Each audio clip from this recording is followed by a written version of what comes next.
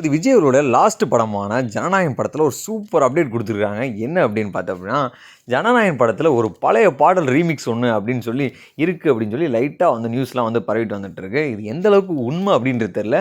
ஆனால் என்ன மாதிரியான பழைய பாட்டு அப்படின்னா, வினோத் அவர்கள் இங்கே தான் வந்து ஒரு ட்விஸ்ட் வச்சுருக்கிறாரு. சாட்டை கையில் வச்சுருக்க மாதிரி ஒரு போஸ்ட் ரிலீஸ் பண்ணியிருந்தாங்க இல்லையா? ஆமாங்க. அதே போஸ்டர் வச்சு தான் வந்து பார்த்திங்கன்னா பாட்டு வந்து வரப்போகுதான். இதே சாட்டையை வந்து எம்ஜிஆர் அவர்கள் ஒரு நான் ஆணையிட்டால் அப்படின்னு ஒரு பாட்டு பாடியிருப்பார் பார்த்தீங்களா? அந்த பாட்டை தான் ரீமிக்ஸ் பண்ண போகிறதா வந்து இப்போ தகவல் வந்து வந்துட்டுருக்கு. அனிருத் அவர்கள் வந்து ஓன் கம்போசிஷன்லேயே வந்து பார்த்திங்கன்னா பயங்கரமாக டியூன் போடுவார். அப்படி இருக்கும்போது இது ஆல்ரெடி ஹிட்டான பாட்டு வேறு, அதுவும் அனிருத் வேறு ரீமிக்ஸ் பண்ணுறாரு. அப்படின்றப்போ வந்து பார்த்திங்கன்னா அதுவும் விஜய் சாருக்கு வேறு வந்து ரீமிக்ஸ் பண்ணுறாரு. அப்படின்றப்போ பார்த்திங்க அப்படின்னா இந்த மியூசிக் வந்து வேறு லெவலில் இருக்க போகுது.